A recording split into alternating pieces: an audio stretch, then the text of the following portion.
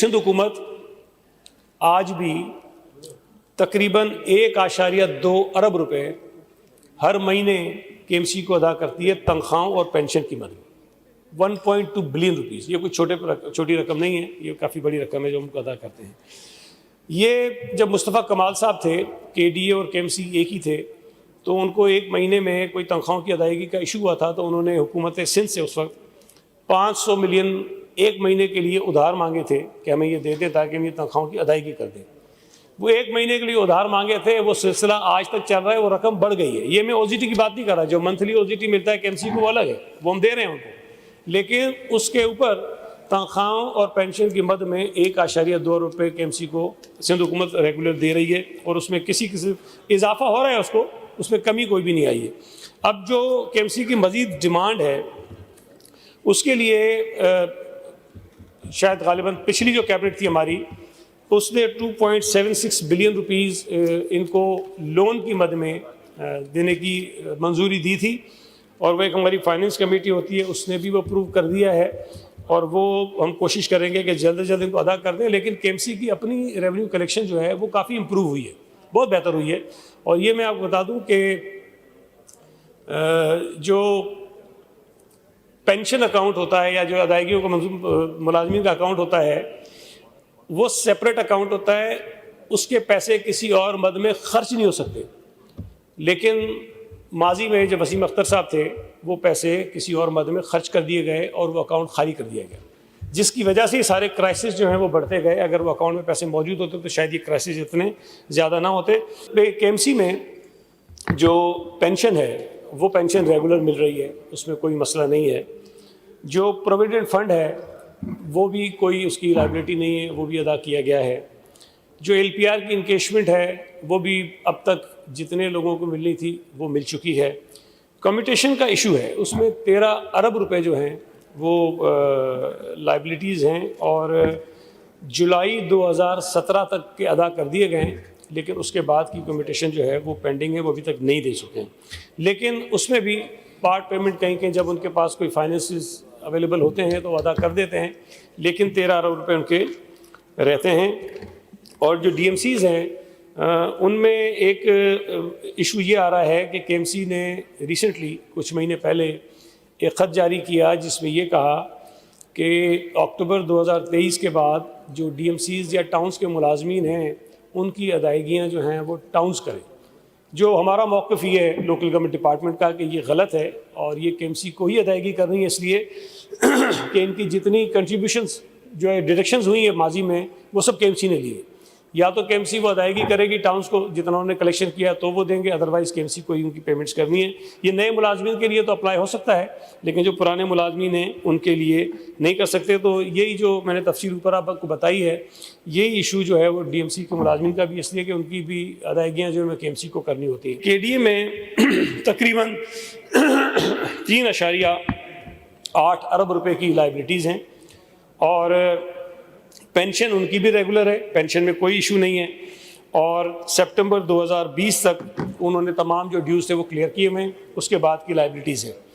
KDA ने भी 3 अरब रुपए की ग्रांट के लिए सिंध हुकूमत को लिखा है, जो अभी हम उसको देख रहे हैं।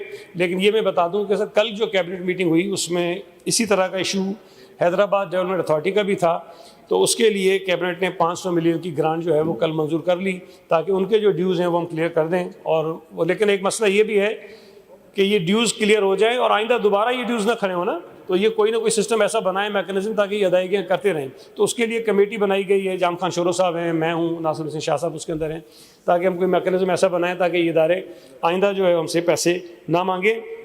जिस तरह 1.2 अरब रुपये केएमसी को सिंध हुकूमत देती है, इसी तरह 40 करोड़ रुपए माहाना जो है वो सिंध हुकूमत केडीए को भी देती है। और सिर्फ पिछले साल में हमने इनको कोई 4 अरब रुपए केडीए को दिए सिर्फ तनख्वाहों और इनकी अदायगी के लिए। तो सिंध हुकूमत इनको रेगुलर पेमेंट्स जो है वो कर रही है। वाटर बोर्ड का है मसला, उनकी जो दिसंबर 2024 तक की लायबिलिटी है वो तकरीबन 5.5 अरब रुपए की है, और वहाँ पर भी पेंशन का कोई इशू नहीं है, पेंशन उनकी भी बिल्कुल क्लियर है, रेगुलर है, वो लोगों को अदायगी कर रहे हैं। और जो जुलाई 2020 से इनकी पेंडेंसी है वो 5.5 अरब की है। लेकिन इनका केस थोड़ा सा डिफरेंट इसलिए है कि इसमें शायद सिंध हुकूमत को इस तरह अदायगी ना करनी पड़े। इनके काफ़ी सारे ड्यूज़ सरकारी इदारों के ऊपर हैं और कुछ उसमें सूबाई महकमे भी हैं, कुछ उसमें वफाकी महकमे भी हैं। तो सूबाई महकमों में जो रिकनसाइल अमाउंट हो गई है वो 2.1 अरब रुपए है।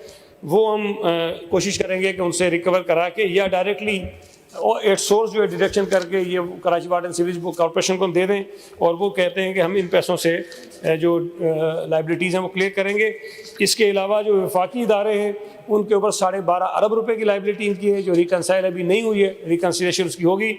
और सूबाई महकमे जिनकी रिकनसिलेशन अभी तक नहीं हुई है, KWSC का क्लेम जो है वो 2.5 अरब रुपए का है। तो ये रिकनसाइल करने के बाद अगर इनकी अदायगी हो जाती है तो Karachi water and sewerage corporation की लाइबिलिटीज़ भी क्लियर हो जाएंगी। ये भी बता दूं कि अब जो है gradually Karachi water and sewerage corporation का भी जो रेवेन्यू कलेक्शन है वो काफ़ी इंप्रूव हुआ है। तो अगर ये फर्दर इंप्रूवमेंट इस तरह होती रहेगी तो मुझे उम्मीद है कि आइंदा ये लाइबिलिटीज़ जो है वो क्रिएट नहीं होगी। बहुत शुक्रिया सर। इसमें एक मैं वजाहत कर दूँ कि देखें, जो डेडिकेटेड या डेजिग्नेटेड लोकेशंस हैं चार्ज पार्किंग की, वो तो कुछ KMC की हैं, कुछ टाउन्स की हैं, कुछ मकामात पर कुछ और इदारे हैं जो ये लोकेशंस जो हैं वो कहीं कहीं वो पूरी जो है वो किसी को आउटसोर्स कर देते हैं, ठेका दे देते हैं, और कहीं पर वो शायद ख़ुद भी कलेक्शन कर लेते हैं जहाँ पर कॉन्ट्रैक्ट आउट ये चीज़ें नहीं होती हैं। लेकिन उन डेजिग्नेटेड लोकेशंस के अलावा जो जिसको मेरे मौजूद दोस्त इलीगल चार्ज पार्किंग कह रहे हैं, वो किसी टाउन किसी KMC के इख्तियार में नहीं है, इसलिए कि हैं इलीगल। वो इसका मतलब ये है कि वो जो डेजिग्नेटेड लोकेशन है उसके अलावा कहीं गैर कानूनी पार्किंग हो रही है, तो उसका जो मैंडेट है वो हमारे डिपार्टमेंट के पास नहीं है। वो ज़ाहिर है कि सिविल एडमिनिस्ट्रेशन देखेगी, उसको पुलिस देखेगी, और ये ठीक कह रहे हैं। लेकिन मैं चूँकि मिनिस्टर लोकल गवर्नमेंट हूँ, सवाल मुझसे अपने हल्के के मुतल्लिक किया गया इनके, तो मैं सिर्फ ये जवाब दे सकता हूँ कि डेजिग्नेटेड चार्ज पार्किंग लोकेशंस के अलावा अगर कहीं और इलीगल चार्ज पार्किंग हो रही है तो ना ये KMC का मैंडेट है, ना ये किसी टाउन का मैंडेट है कि वो उसको वहाँ से रिमूव कराएं या उसको रोकें।